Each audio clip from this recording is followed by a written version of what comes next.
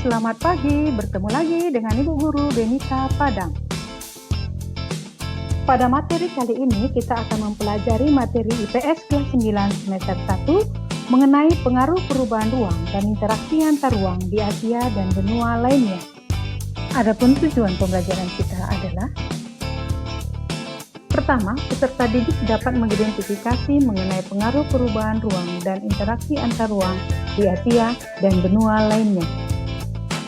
Kedua, peserta didik mampu menjelaskan pengaruh terhadap ruang dan interaksi antar ruang terhadap kelangsungan kehidupan ekonomi, sosial budaya, politik, dan pendidikan di Asia dan benua lainnya.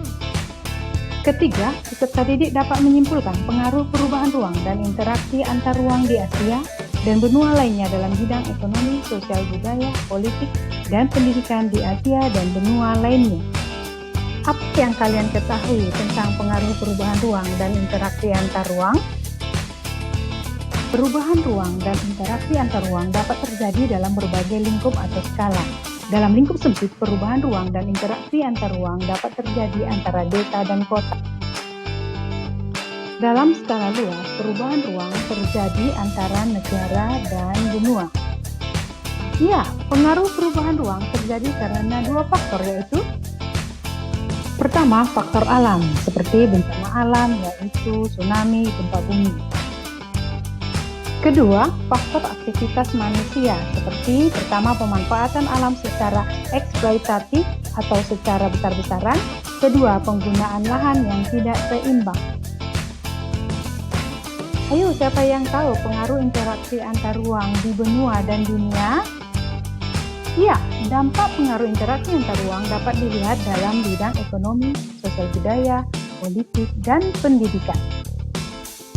Bidang ekonomi: pertama, pertumbuhan ekonomi; kedua, daya saing ekonomi; ketiga, kualitas produk; keempat, investasi makin terbuka. Sosial budaya: pertama, sektor pariwisata; kedua, pengaruh budaya barat; ketiga, menurunkan kesenjangan sosial; keempat, budaya sebagai kebanggaan bangsa. Bidang politik: pertama, potensi saling mempengaruhi negara; kedua, kepercayaan antar negara makin baik; ketiga, kesenjangan antar negara maju dan negara berkembang menghilang; keempat, terjadinya konflik perbatasan.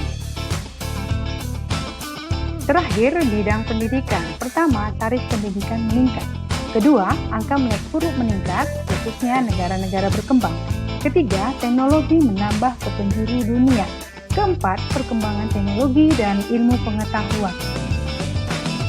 Sampai di sini pembelajaran kita hari ini. Semoga bermanfaat. Tetap semangat dan jaga kesehatan. See you!